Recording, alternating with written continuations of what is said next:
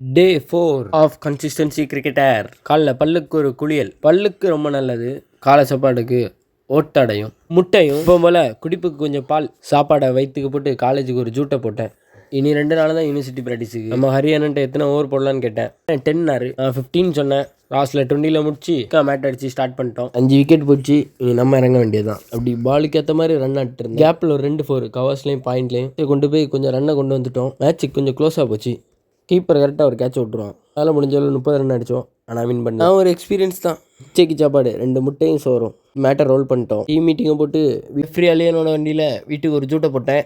வீட்டில் உருண்டையாக 2 ரன் இருந்துச்சு. அலைக்க 2 ரன் தூக்கி வாயில் போட்டேன். இன்றைக்கி ரன்னிங் செஷன் மார்னிங் பண்ணல, அதனால் சாயங்காலம் பீச்சுக்கு ஓடிட்டேன். மோட்டிவேஷனும் வார்மப் எல்லாம் போட்டு ஸ்டார்ட் பண்ணிட்டோம். ஆரம்பத்துக்கு 2-3 ரன்னிங் ட்ரில்ஸ், கொஞ்சம் ஸ்கிப்ஸு, ஷஃபிள்ஸு, அப்புறம் கொஞ்சம் துள்ளுகள் போட்டு டீமுக்கு டகடகா 4 ஸ்ப்ரிண்ட்டு, ஒரு குட்டி பிரேக், கொஞ்சம் வெள்ளம். மெயின் ஒர்க் அவுட்டுக்கு மண்ணில் தண்ணியில் ஒரு தாவை போட்டேன். ஆனால் ஷூ தண்ணி காட்டிட்டு மெயின் ஒர்க் அவுட்டுக்கு ஒரு 2 row வேரியேஷன் ஷட்டில் போட்டேன். பாசிட்டிவ் என்னென்னா, முன்னாடி ஒரு ஷட்டில் போட்டாலே நாக்கெல்லாம் வெளியே வந்துடும். இப்போ 6 செட்டு போட்டாலும் டயர்டாக மாட்டேங்குது. மேலே ஏறி ஒரு வார்ம் டவுனை போட்டு அப்படியே வீட்டுக்கு ஒரு ஜூட்டு. வீட்டுக்கு வந்து போஸ்ட்டு சாப்பாடு பயறு. இதில் டீ ஏன் வருதுன்னா, வீட்டில் சும்மா தான் இருந்தேன். நான் வெளியே போய் டீயை போட்டால் கொஞ்சம் வீடியோவில் போடலாம்ல அப்படின்னு இவன் சொன்னான். குடிச்சிட்டு வீட்டுக்கு ஒரு ஜூட்டை போட்டு ராத்திரி சாப்பாடுக்கு சப்பாத்தியும் 2 முட்டையும். மகிழ்ச்சியாக இருங்க நண்பர்களே.